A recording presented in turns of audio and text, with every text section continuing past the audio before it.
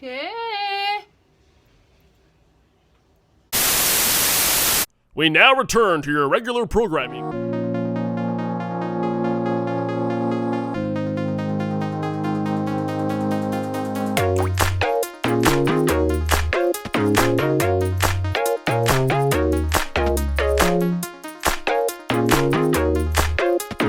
I'm going to start out with my makeup. We're going to jump right into the tutorial, and I'm going to be priming my eyelids with this Maybelline Fit Me concealer in Fair, and I'm just going to be blending that in with my fingers, and this is just going to help the eyeshadows adhere to my eyelids. And I'm going to take my Morphe 350 palette, and I'm going to be taking that color and I'm going to be blending that in with a fluffy brush into the crease, and this is just going to be my transition shade.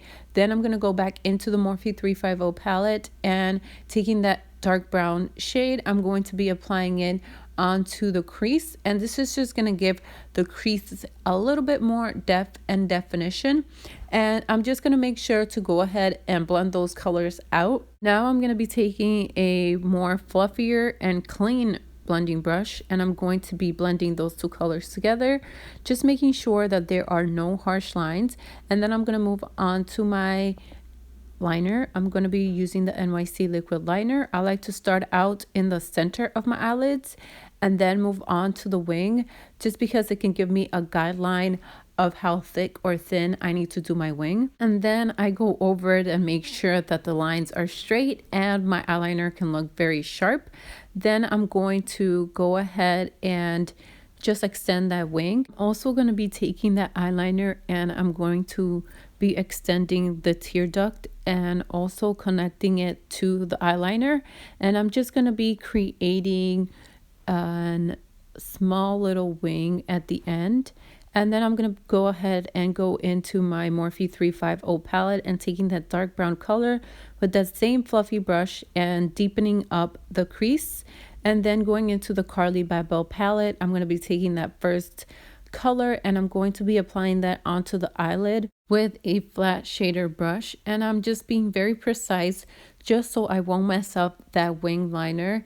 And I'm going to go ahead and blend those colors just using that same fluffy brush, just blending the colors together so they can look very smooth. And I'm going to prime my face. I'm going to be using the Baby Skin Instant Pore Eraser.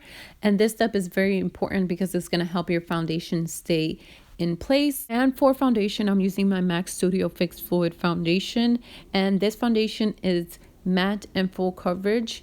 And if you're on the oily side, if you're going to be outside, you want to use something that's matte and that's going to stay and last all day long, where you won't have to be blotting your face.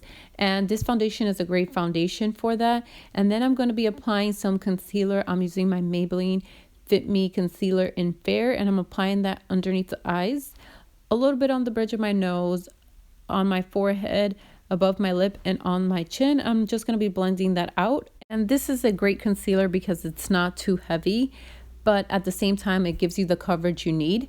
And then I'm going to be applying my Airspun loose powder, and I'm going to be setting that concealer. This is very important because it's going to help that concealer not crease. And then taking my Lorac Big Tantalizer, I'm going to be bronzing up my face, applying that onto the hollows of my cheeks and on my forehead. And then I'm going to be blending that out with a powder brush, just because when I use that Sonia Kashuk brush, it can give you a very sharp line but also harsh. So then going in with my Morphe 350 palette, I'm going to be using that same brown color I used on the crease and just applying a little bit of that eyeshadow onto the lower lash line. And then I'm going to be applying some mascara. I'm using the L'Oreal Telescopic Mascara on my top and bottom lashes. And then I'm going to be using my Milani Romantic Rose blush and applying this onto the apples of my cheeks. I did apply some falsies. I used Ardell natural lashes and I applied that off camera, and then I used the Mary Luminizer to go ahead and highlight the highest points of my cheeks. And I feel like it's okay to go crazy with the highlighter because it's going to be outside and you want the sun to hit your face and make sure your skin is glowing. So I went ahead and also applied a little bit down the bridge of my nose, and then I'm going to be applying this Milani Adore liquid lipstick, and on top of that I'm going to be using Ofra Cosmetics Laguna Beach, and then just going to set my makeup with this L'Oreal setting spray. And then I'm going to move on to hair. I'm going to be using my curling wand and taking big sections. I'm just going to wrap that around the curling iron and just not holding it too tight. I'm just gonna leave it there for about 30 seconds and then just letting go and just creating very soft waves. I don't want it to be too curly or too tight. I just want to create a little bit of body and movement onto my hair and not be so flat.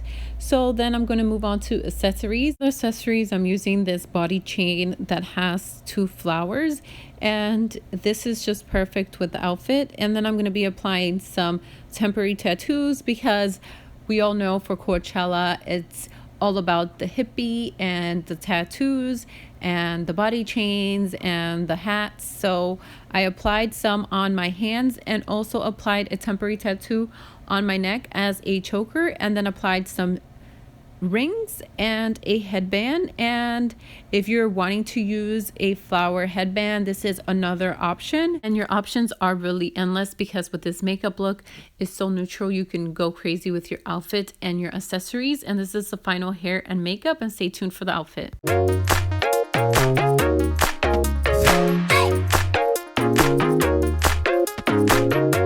Now for an outfit idea, I chose this skater skirt, a crop top, and some booties. This is all from Forever 21. It's very cute and comfortable. And that's a wrap for the hair, makeup, and outfit idea for Coachella. I hope you guys enjoyed, and don't forget to subscribe.